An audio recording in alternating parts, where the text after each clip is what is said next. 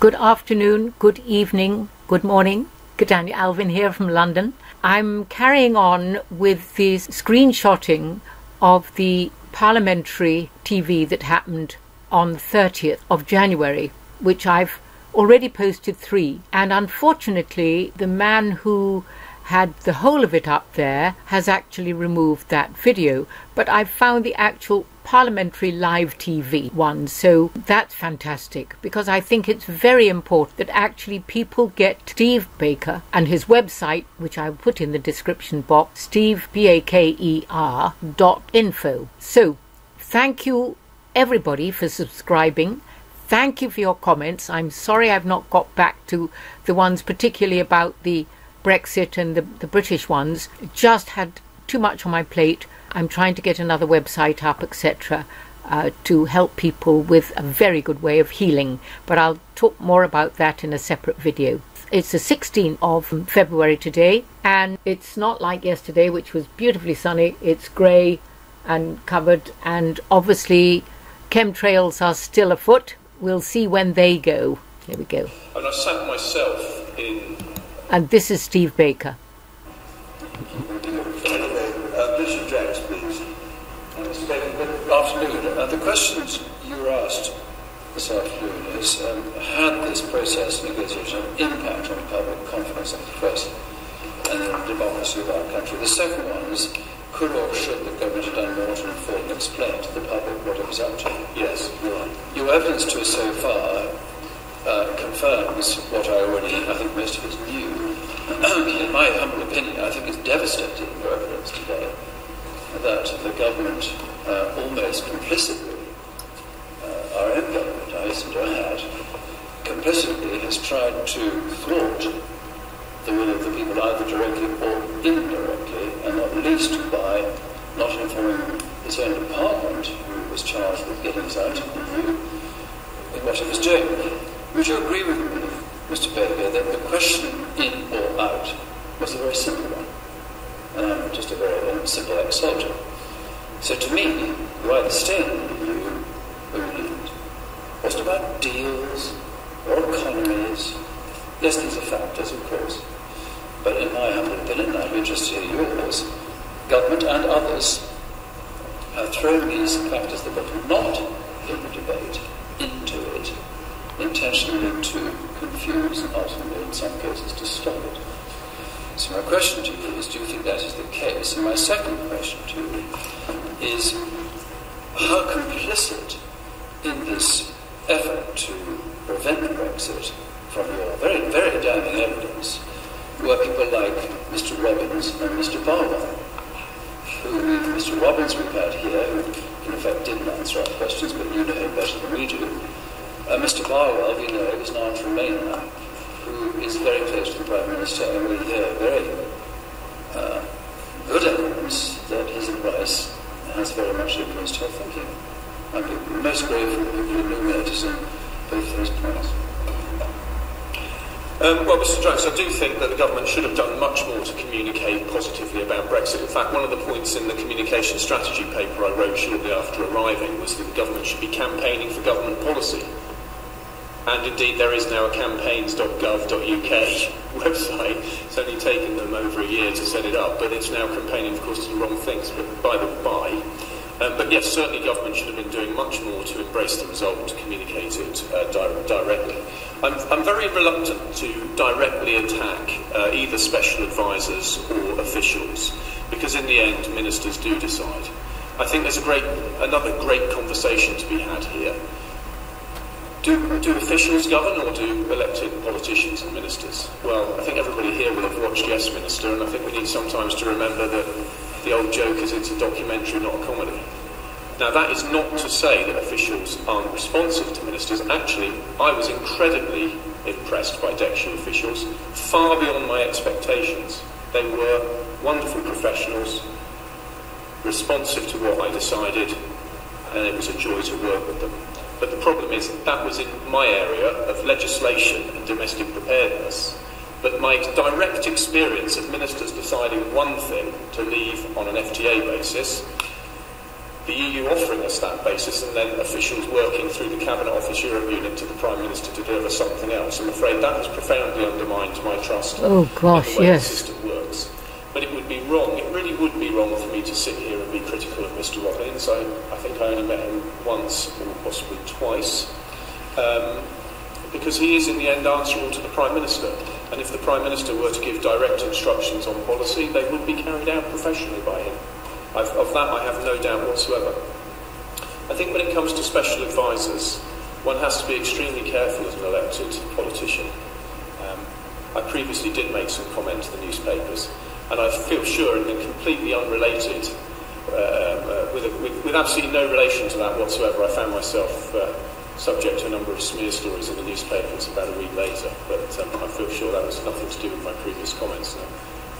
Just a mere coincidence, but I'm rather reluctant to therefore be secret. I understand and respect that. Finally, can I ask a quick question? If this had all been handled very differently and more positively, do you think now we would be in a very, very different situation with the EU? Yes, we would. Imagine that Deputy Minister's decision had been taken, accepted and carried out, and that a few weeks later the EU offers us a matching offer and we had sincerely tried to deliver it. My goodness, how different it would look. Because we might have carried Parliament with us that there was a clear, constructive, deep and special partnership being developed on the basis of our independence, our separate and equal status amongst the nations of the world, perhaps you might say. And my goodness, it would have been different.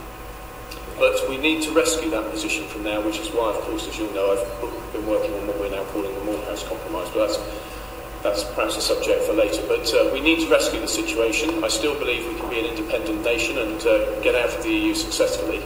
But I would just implore the government to take seriously delivering independence. And that means not having a triple lock into the institutions of the EU, through the implementation period, through the current backstop, and through a future relationship built on the backstop. Those three things are a triple lock holding us in. It's a mistake to pursue that policy, and it must change. To Michael Tomlinson, moving on to another subject. Chairman, thank you. Good afternoon, Mr. Baker. Staying on the theme of communication, I want to ask you please about the media and media coverage.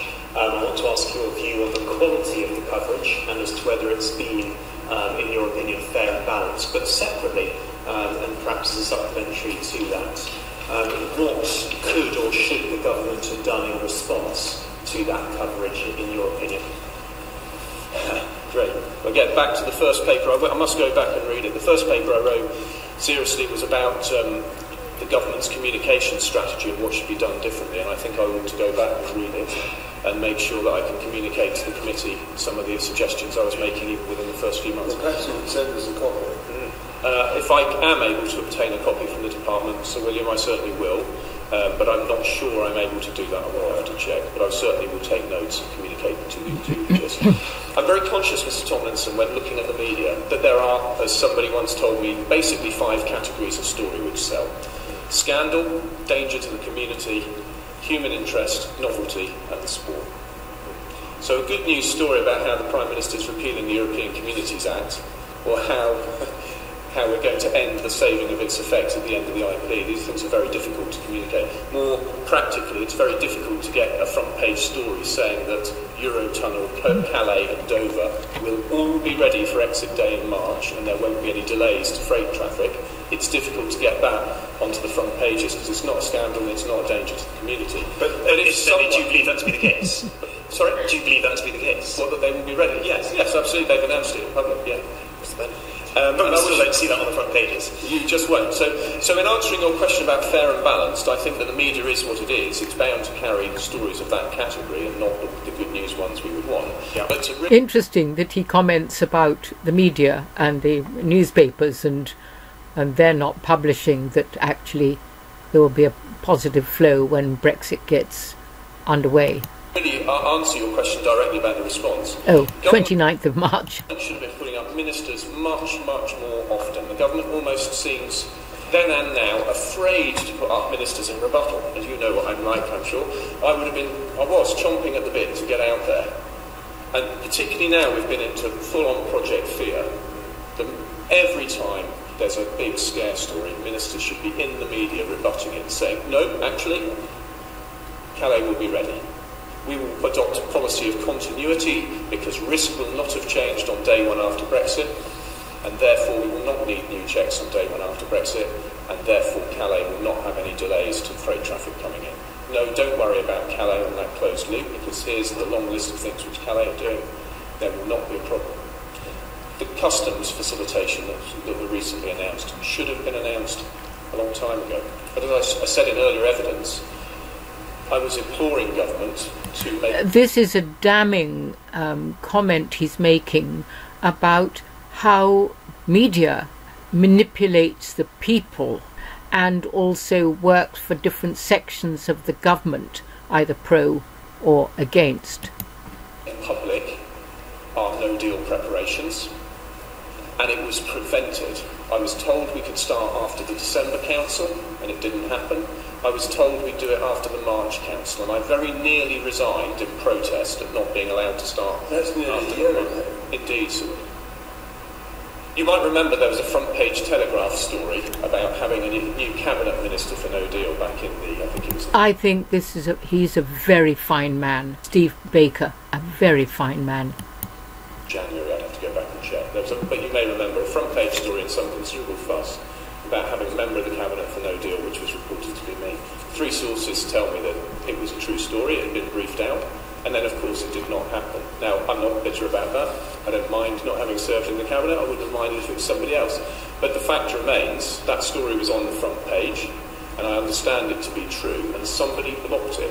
Why did they block it? Because they didn't want to upset the European Union. And back we come to the heart of the matter, Mr. Tomlinson.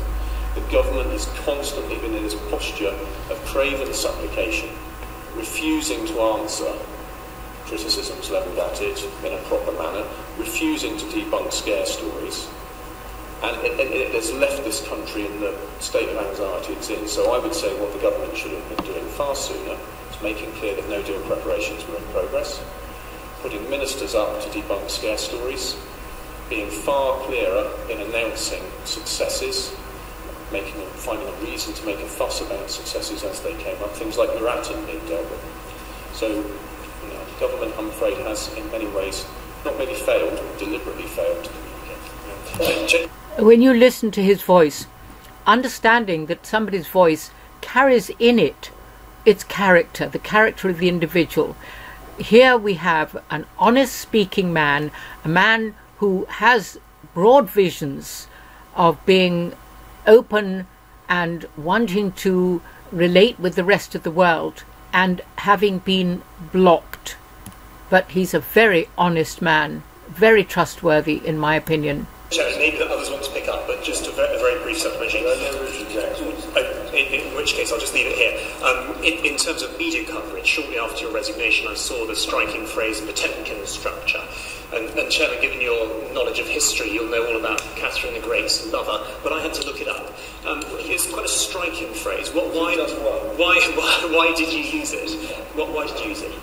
Because DEXU contained leave-leaning ministers who could have had a leave-leaning attitude to the negotiation, which would have been considerably more robust than one that's been taken.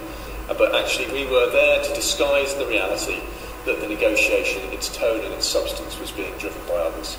I'm quite sure that I was expected in government to fold, to hold on to my nice corner office on Whitehall and Downing Street. And very interesting. He was sure that he was expected to fold from his viewpoint, which is obviously very deeply and well thought out. And all the rest of it, and fold and not stand up for what I believe is in the best interest of this country. It has for too often been used as a Potemkin to make it look like we're serious about leaving the European Union, when actually the policy has been to cling on to as much of it as possible. That's very interesting. Thank you. Right, I'm going to leave it there and say bye-bye. I'm going to do a part 4 because I think it's very important people have the opportunity of listening to the whole of this committee. Catania Alvin saying bye-bye and have a wonderful day.